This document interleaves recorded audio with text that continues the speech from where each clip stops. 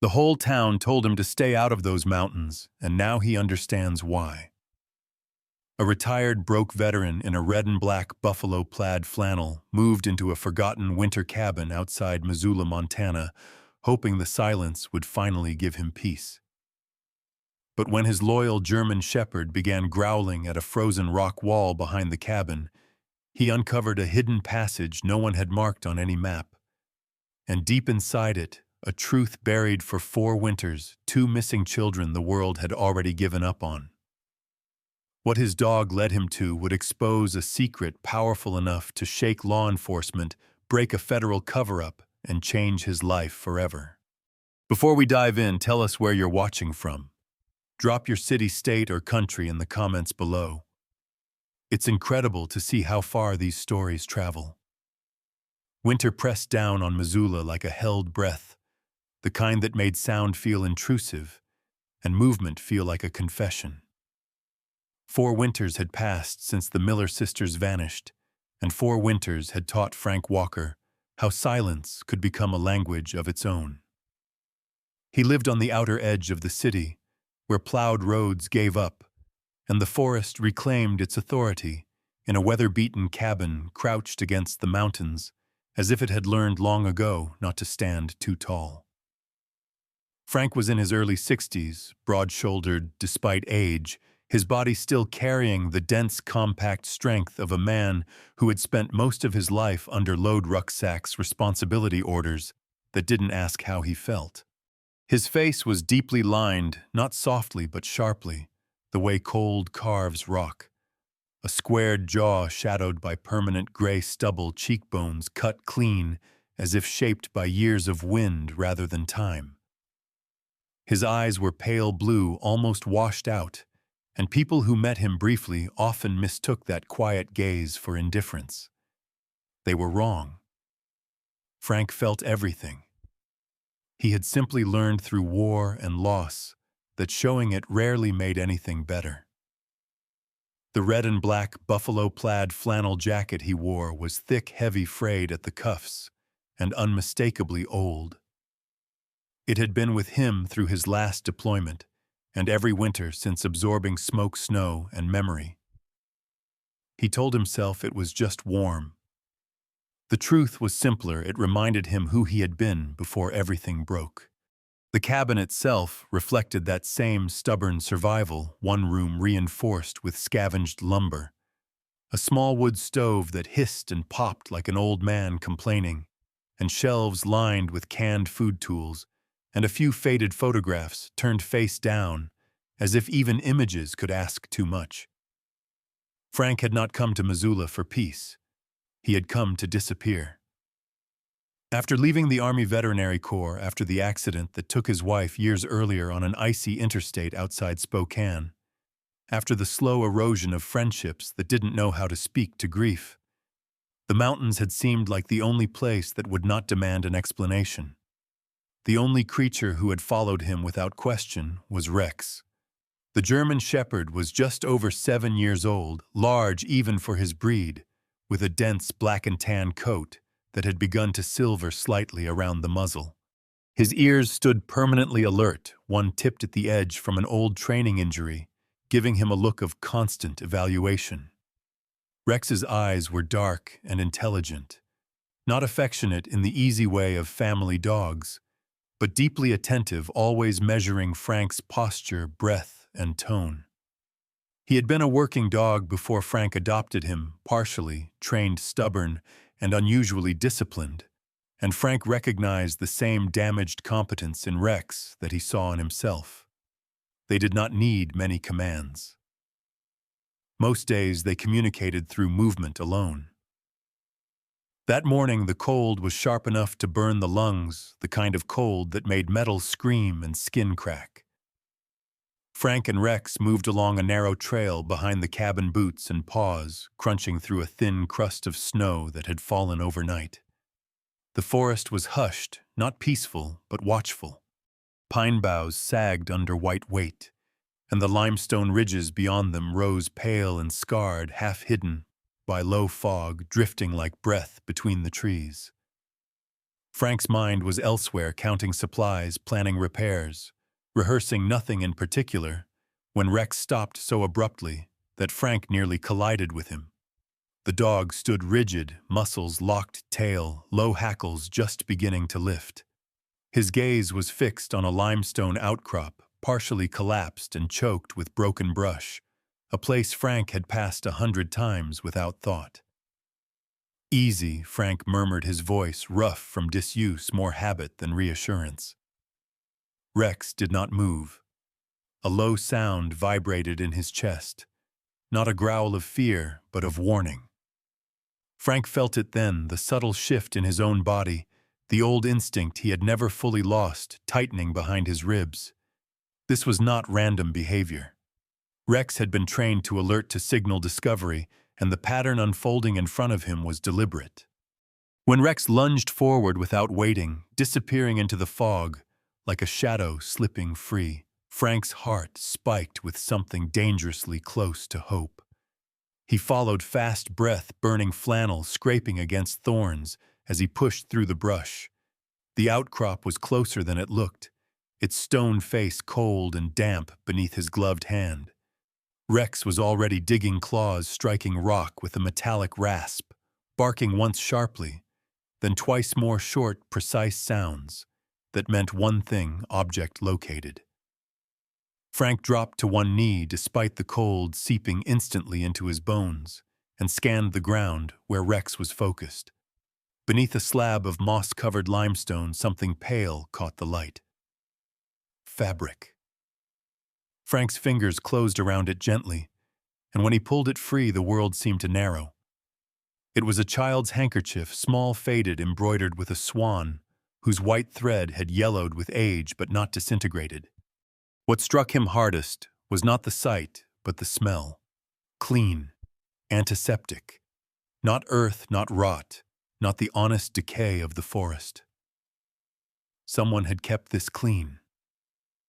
Frank sat back on his heels, the cold forgotten, his mind already pulling at memories he had tried not to carry. The Miller girls, Emily and Grace, 7 and 10 years old when they disappeared 4 winters ago, last seen outside a gas station. On the south end of town, their faces printed on flyers that had slowly peeled from windows until no one noticed when they were gone. Missoula had searched. Volunteers, dogs, helicopters. And then Missoula had moved on. Frank had told himself it wasn't his concern. He had told himself many things over the years. Rex sat beside him now, silent eyes locked on the stone as if daring it to deny what it was hiding. Frank closed his hand around the fabric, feeling something shift inside him that had been dormant too long to name. He had come here to escape the noise of the world, but the mountains, it seemed, had finally decided to answer back. And for the first time in years, Frank Walker did not turn away from the sound. The handkerchief did not leave Frank Walker's mind after he slipped it into a sealed evidence pouch and tucked it inside his jacket. It weighed nothing, yet it felt heavier than the pack he used to carry in his service years, heavier than grief, because grief at least had an ending. He walked back to the cabin with Rex pacing half a step ahead, the dog's posture different now, more alert, less relaxed, as if some internal switch had been flipped and could not be turned off again. Inside the cabin, the wood stove hissed as Frank fed it another split log, but the warmth barely registered.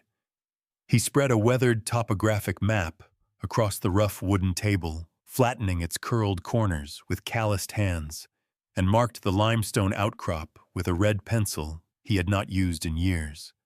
He knew the maps well. He had memorized them the way some men memorized scripture. And yet the ridge where Rex had alerted was blank, no trail markings, no search grid, nothing that suggested it had ever been considered important. That absence bothered him more than the discovery itself. Frank had spent a lifetime learning that what was missing often mattered more than what was present. Rex sat nearby, upright, and still amber eyes tracking Frank's movements with an intensity that bordered on impatience. The dog was not anxious. He was focused. That distinction mattered. Frank crouched and examined Rex's paws for injury from the rock, then ran his fingers along the thick fur at the dog's neck, grounding himself in the familiar texture. "You didn't imagine it," he muttered more to himself than to the dog. Rex's ears twitched once as if acknowledging the statement as fact. By mid-morning, Frank had made a decision he had been avoiding since the moment he smelled antiseptic in the cold air. He drove into town. Missoula in winter looked subdued, its brick storefronts dulled by salt stains, and frost people moving with heads down wrapped tight in coats and routine.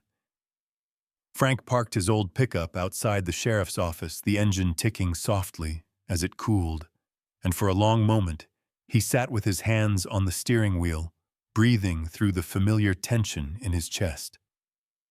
He did not like authority anymore. Not because he distrusted it blindly, but because he had seen how easily it failed when inconvenience outweighed responsibility. Sheriff Daniel Crowley was a man in his late 50s, thick through the middle, with thinning hair and a face permanently flushed from years of coffee and stress. His uniform was always immaculate, his boots polished even in snow season, and his manner toward Frank carried a practiced politeness that stopped just short of respect. They knew each other only by reputation, Frank as the reclusive veteran, with the big shepherd Crowley as the lawman who inherited more cold cases than answers. When Frank placed the sealed pouch on the sheriff's desk and explained where he'd found it, Crowley listened without interrupting, his eyes flicking once to Rex, who lay calmly by the door, then back to Frank. The sheriff's skepticism showed not in his words, but in the tightening of his jaw. "We searched those ridges," Crowley said eventually, voice measured. "Extensively. Dogs, volunteers, state resources." Frank nodded once. "Not that ridge." Silence followed, thick and uncomfortable. Crowley leaned back, chair creaking, and exhaled through his nose. "You've been alone too long up there, Frank," he said not unkindly. "Patterns start to look like meaning." Frank did not raise his voice. He never did. "That handkerchief smells like antiseptic," he replied. "Someone washed it. Someone kept it clean. That doesn't happen by accident." Crowley glanced again at the pouch, then away. "I can log it," he said. "But I can't reopen a 4-year-old case on a hunch and a dog." Rex lifted his head at that, eyes sharp, not hostile, but intent. The room seemed to notice him then. Frank collected the pouch without argument. He had expected this. Outside, the cold bit harder than before, and Frank felt something settle into place behind his ribs, not anger, but resolve. He did not need permission to follow what Rex had already found. Instead of driving back to the cabin, Frank turned onto an unplowed service road that wound deeper into the hills. Rex stood braced in the passenger seat, nose close to the cracked window, drawing in scent with disciplined purpose. A mile past the last marked trailhead, Frank spotted what the sheriff's search teams had missed. Faint tire impressions pressed into the snow, half filled by drift, but unmistakably recent. Not ATV tracks, not snowmobiles. A full-size pickup, no chains. Someone confident, someone local. Frank knelt to study the tracks, fingers brushing the compressed snow, his mind reconstructing the movement, the way he once reconstructed injuries in the field. Rex circled once, then stopped, body angled toward the ridge, tail stiff. The dog let out a single low sound, not a bark, but a vibration that resonated in Frank's bones. Frank followed the tracks until they disappeared into a stand of trees too dense for a vehicle. Beyond that, the forest closed ranks, quiet and secretive. He felt the weight of the years press against him, then the years he had chosen silence over involvement, survival over responsibility. He had told himself the world did not need him anymore. The mountains had just disagreed. By the time Frank returned to the cabin, the light was fading, the sky bruised purple and gray. He hung his jacket by the door, set the pouch carefully on the table, and reached for the satellite phone he kept in a locked drawer beneath the sink. It had not been used in nearly a decade. The number he dialed was one he knew by muscle memory alone. Sarah Coleman answered on the third ring. Her voice was calm, steady-edged with a dry humor that had never quite left her.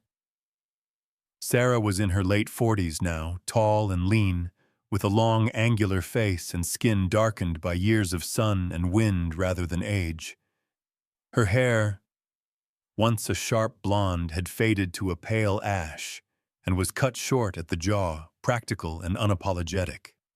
She had been search and rescue before the work wore her down, before a botched operation in Idaho cost her a teammate and taught her to distrust neat conclusions.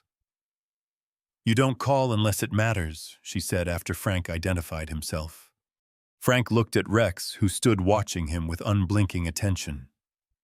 "It matters," he replied. He did not explain more than necessary. He never had to with Sarah. When he ended the call, the cabin felt smaller, as if it understood it would not be quiet much longer. Rex settled near the door, ears forward, guarding not the space behind them, but whatever lay ahead. Frank stared at the marked map, the red circle stark against the faded paper, and understood that the life he had built on avoidance had just ended. Whatever was hidden in those ridges had waited 4 winters. It was done waiting. The Missoula Sheriff's Office smelled faintly of old paper, burnt coffee, and the kind of fatigue that never quite left public buildings tasked with holding other people's problems. Frank Walker stood near the counter, shoulders squared inside his heavy red and black buffalo plaid flannel, while Rex lay at his feet, calm but alert, the dog's broad chest rising and falling in slow, deliberate breaths. Sheriff Tom Reynolds emerged from his office after several minutes. A man in his early 50s with a thick neck, salt and pepper hair cut too short, and a face shaped by years of compromise rather than conviction. Reynolds had the kind of jaw that looked strong until you noticed how often it tightened, how frequently his mouth flattened when conversations became inconvenient. He shook Frank's hand politely, but without warmth, his grip firm yet distant, the grip of someone used to ending discussions rather than opening them. Frank laid the sealed evidence pouch on the desk between them and explained everything again, this time slower, measured, careful not to sound like a man pleading to be believed. He spoke of the limestone outcrop, the antiseptic scent, the swan embroidery, the lack of search markers on the ridge. Reynolds listened, arms folded, eyes occasionally drifting toward the window, as if the snow outside might offer him an easier answer. "Frank," he said finally, sighing as he leaned back in his chair, "you've been living up there alone a long time. The mind starts connecting dots that don't belong together." The words were not cruel, but they were dismissive in a way Frank recognized immediately. It was the same tone doctors had used years ago when he insisted his knee injury was worse than the scans suggested, the same tone commanders had used when soldiers complained of exhaustion before missions that could not be delayed. Rex lifted his head, then amber eyes fixing on Reynolds with a steady, unreadable stare. A low sound rolled from the dog's chest, not a snarl, not a bark, but something deeper, older, a vibration that carried certainty. Several deputies glanced over, hands unconsciously shifting on their belts. Frank did not touch Rex. He didn't need to. "He doesn't do that unless he's sure," Frank said quietly.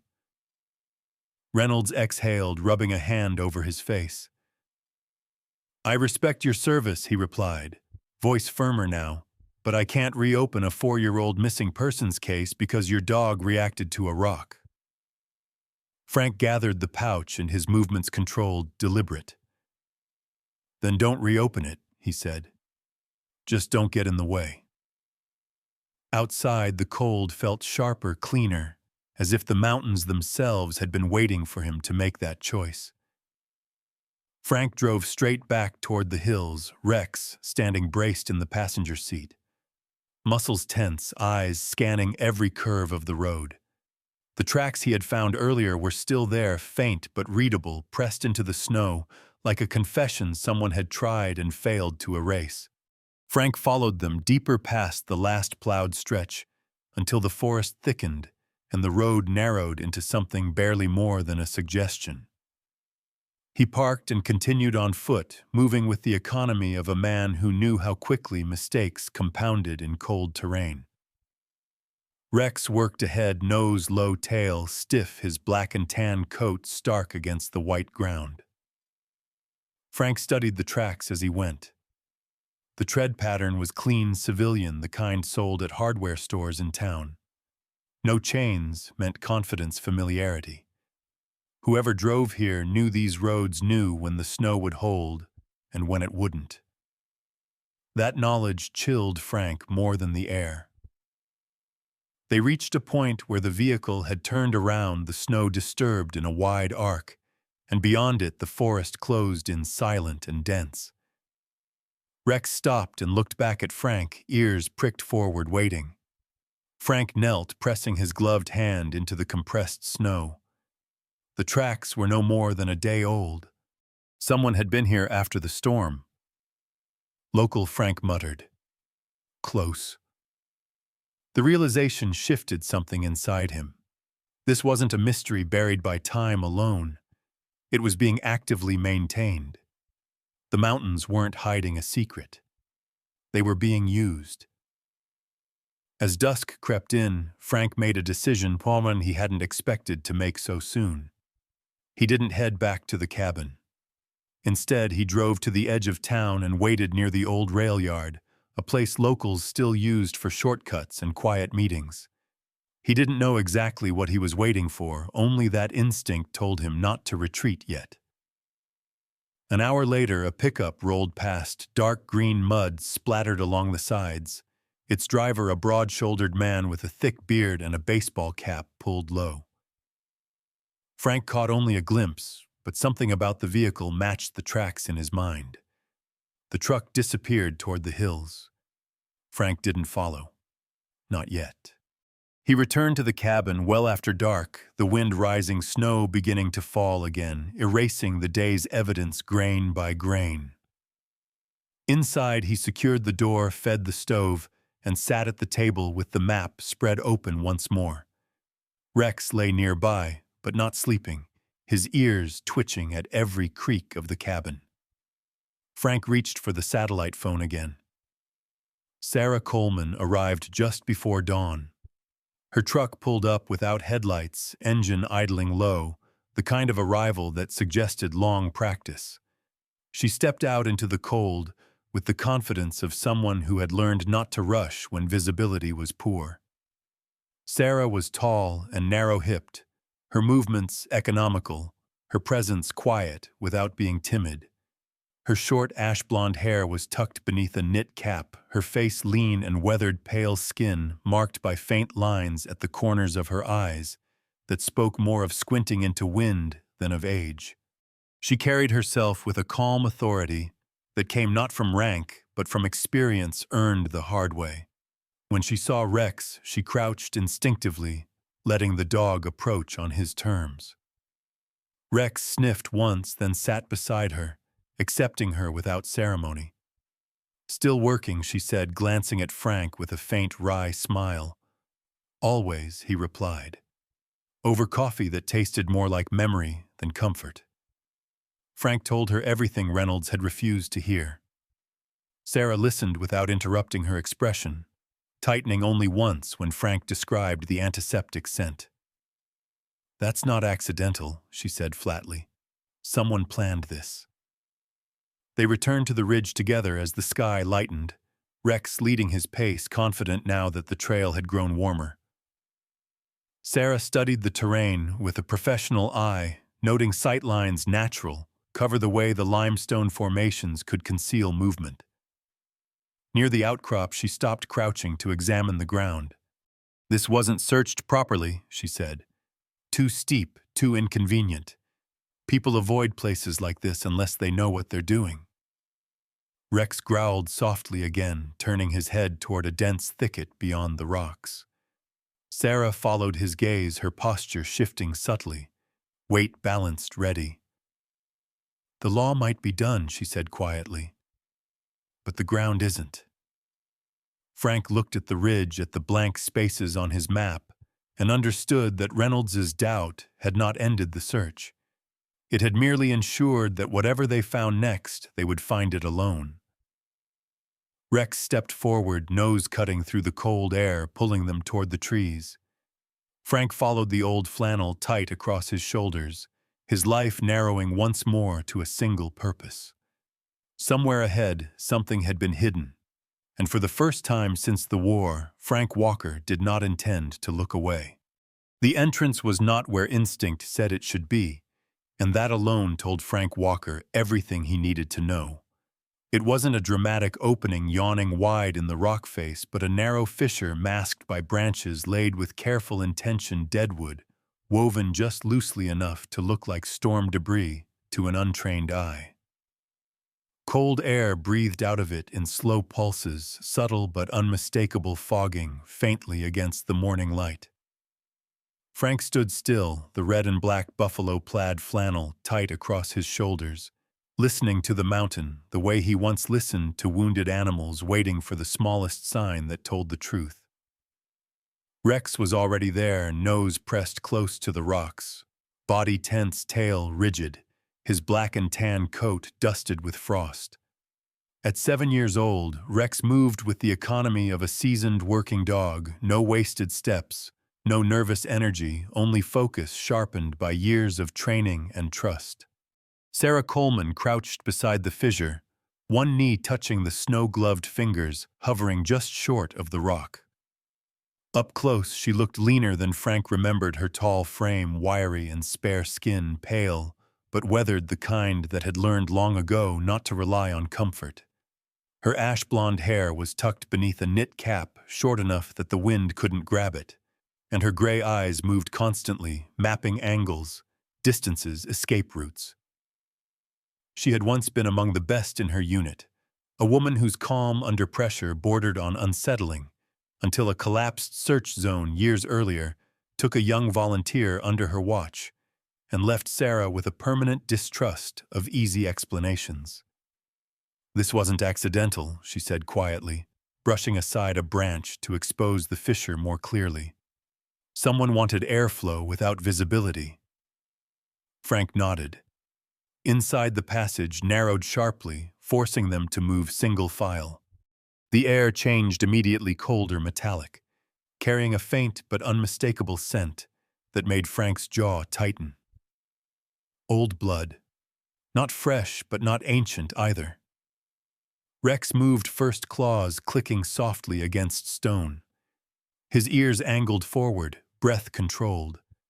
The tunnel widened into a low chamber where the ceiling dipped unevenly, the walls marked by shallow scratches that did not belong to animals. Sarah swept her light slowly, methodically. On the far side, half buried beneath a layer of disturbed soil, lay scraps of fabric, children's clothing, by size and pattern, faded colors, frayed seams. Frank knelt, lifting one piece carefully. A small sleeve, pink once, now gray with dust. His hands shook only once before he steadied them. Near the wall, darkened stains marred the stone irregular and dried deep into the rock. Blood, Sarah confirmed without hesitation. Rex stiffened suddenly, moving to another corner of the chamber, pawing once, twice, then backing away and sitting hard. Frank followed and saw it glinting faintly in the beam of his light, a thin silver bracelet bent slightly out of shape, engraved with a single name. Grace. The word struck like a blow. Frank closed his eyes briefly, a lifetime of restraint cracking just enough to let grief bleed through. This was no place children wandered into by accident. This was not the work of weather or misfortune. It was design. Someone had chosen this place. They had brought children here. They had kept them alive long enough to leave behind care, then hurt them badly enough to leave blood in the stone. Sarah straightened slowly, her face unreadable, but Frank saw the tension in her shoulders, the subtle tightening of her jaw. "This is a holding site," she said. "Temporary, but deliberate." Before Frank could respond, the sound of footsteps echoed faintly from outside, voices carried on the wind. Rex's head snapped up, a low growl rumbling from deep in his chest, not fear, but warning. Frank extinguished his light instantly, signaling Sarah to do the same. They retreated deeper into shadow, just as beams of white light cut across the cave entrance. The voices grew clearer. Federal cadence. Professional. Unhurried. Moments later, the chamber filled with light, again this time harsher, clinical. Agent Michael Hayes stepped inside first. He was in his early 40s, tall, clean-cut, his dark hair trimmed close at the sides, his face composed in the way men learned when emotion became a liability. His eyes were sharp, assessing missing nothing, and when they landed on Frank, something flickered there, recognition perhaps, or calculation. Hayes wore his FBI jacket unzipped, hands visible, posture relaxed to the point of performance. "Frank Walker," he said evenly. "Didn't expect to see you here." Frank rose slowly, meeting Hayes's gaze without flinching. "Funny," he replied. "I was thinking the same." Hayes's attention shifted briefly to Rex, whose stance had changed entirely. Body squared, muscles, coiled eyes locked on the agent with an intensity that made even the seasoned federal team pause. Sarah stepped into the light beside Frank, her presence calm but unmistakably solid. Hayes's smile was thin, too controlled, the kind worn by men who believed they were already ahead of the conversation. "We've had reports of unauthorized exploration in this area," Hayes said. "Dangerous terrain. You should have contacted authorities." Frank's mouth twitched, not quite a smile. "We did," he said. "They didn't listen." Hayes's eyes flicked to the bracelet still lying on the ground. Something hardened there just for a fraction of a second. Enough. Frank saw it clearly, then the look of someone who knew the shape of the truth, before arriving someone who had rehearsed his surprise. "We'll take it from here," Hayes said after a pause. "This site is now federal jurisdiction." Sarah's voice cut in cool and precise. "On what grounds?" Hayes turned to her, studying her properly, now noting the stance, the eyes, the absence of hesitation. "Missing minors. Interstate implications." Frank watched the exchange, the way Rex's growl deepened imperceptibly, the way Hayes's men shifted their weight hands closer to their belts. This wasn't a rescue team. It was containment. Hayes stepped closer to Frank, lowering his voice. "You've done your part," he said. "Best thing now is to go home." Frank held his ground. "You're too calm," he replied. Hayes's smile didn't reach his eyes. Outside, the wind howled through the trees, snow beginning to fall again, erasing tracks, sealing evidence. Frank understood then that whatever this place represented, it had been hidden not just by the mountain, but by people who knew exactly how silence worked. Rex barked once, sharp, deliberate, cutting through the tension like a blade. Hayes stiffened. Frank placed a steady hand on the dog's back, feeling the strength there, the certainty. This wasn't over. It was only changing shape. The second cave did not announce itself with grandeur. It waited behind the frozen waterfall like a held secret, the curtain of ice fractured just enough to let sound pass through in distorted echoes. Frank Walker stood at the base of the falls, snow dusting his red and black buffalo-plaid flannel breath, fogging in short, controlled bursts. The roar of frozen water masked smaller noises, but Rex had already stopped, his body, rigid ears standing straight, every muscle locked into a posture Frank recognized immediately. This was not alert. This was confirmation. Rex, 7 years old now, his once glossy black and tan coat dulled slightly by age, and Weather leaned forward with a low, vibrating growl that never left his chest. His dark eyes were fixed on a narrow slit in the rock wall behind the ice, a place no casual hiker would ever notice, let alone enter. Sarah Coleman stepped in close behind Frank, her tall, lean frame steady despite the slick ground. Her face was pale from the cold, sharp-boned and serious, her ash-blonde hair tucked under her cap, eyes scanning the terrain with the same calm precision that had once made her indispensable in the field. She didn't speak. She didn't need to. The mountain had already said enough. They slipped through the opening one at a time, Frank first, then Rex, then Sarah. Inside, the air changed instantly, stale damp, carrying a faint sweetness that turned Frank's stomach. Human, not decay. Breath. Rex moved ahead without command claws, scraping softly on stone tail, stiff head low. Then he stopped. Absolute stillness. And from somewhere deeper in the dark, a sound rose that did not belong to the mountain. Is someone there?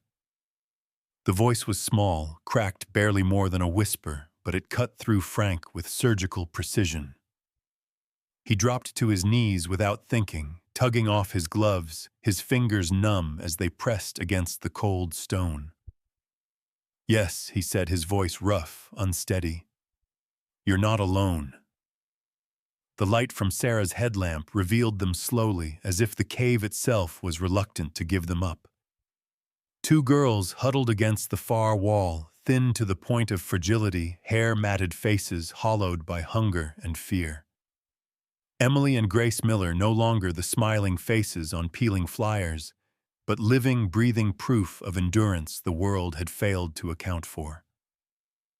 Grace, the younger one, clutched her sister's sleeve with trembling fingers, her eyes wide and glassy, while Emily tried to position herself protectively despite her own weakness.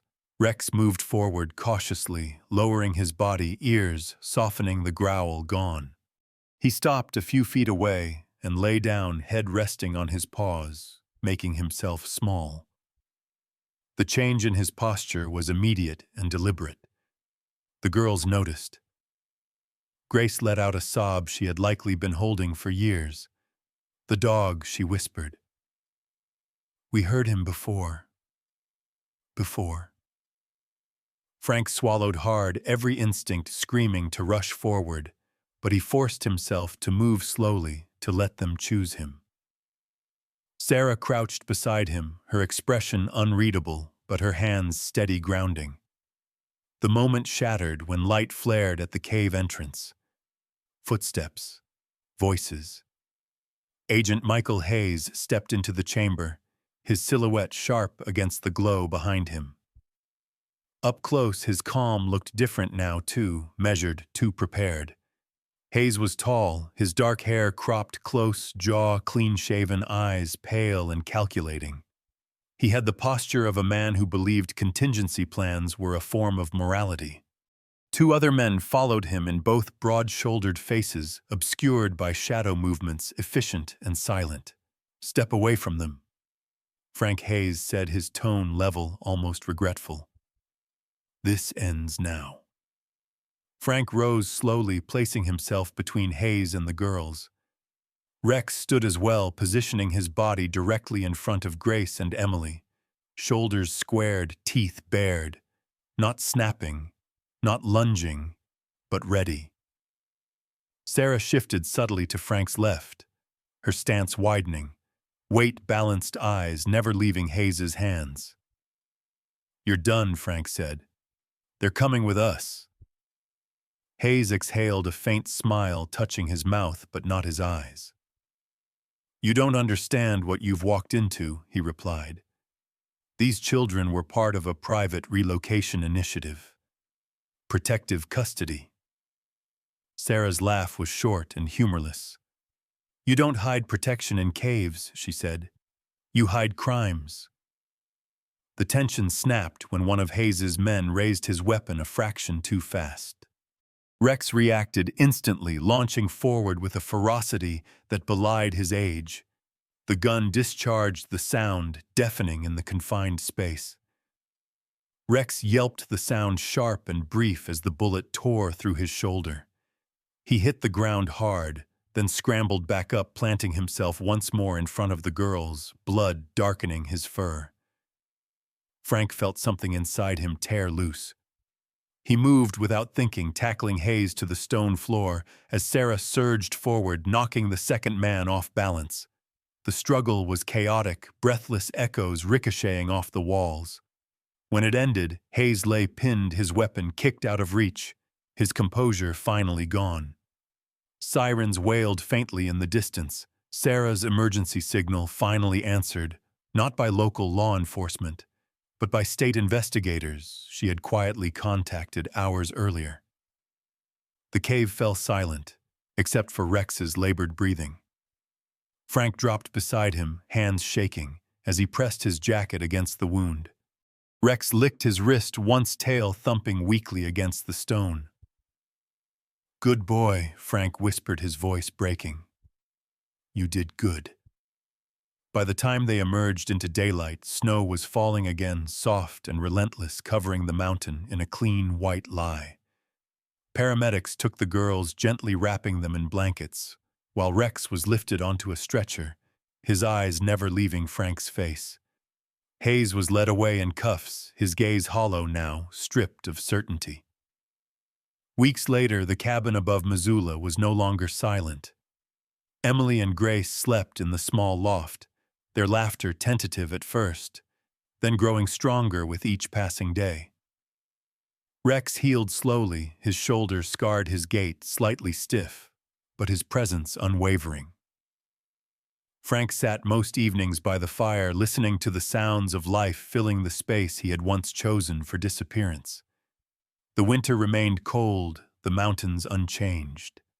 But Frank Walker finally understood what the years had been leading him toward. Some people were not meant to rest quietly. Some were meant to listen for the bark in the dark, for the voices the world pretended not to hear, and answer them no matter the cost. At the end of this story, we are left with a quiet truth that feels bigger than coincidence. Some call it instinct. Some call it luck. But there are moments in life when the timing is too precise, the guidance too gentle, and too persistent to be anything but grace. A dog's bark at the right moment, a man who chose not to walk away, a path revealed only after years almost of silence. In the Bible, we are reminded that the Lord is close to the brokenhearted and saves those who are crushed in spirit.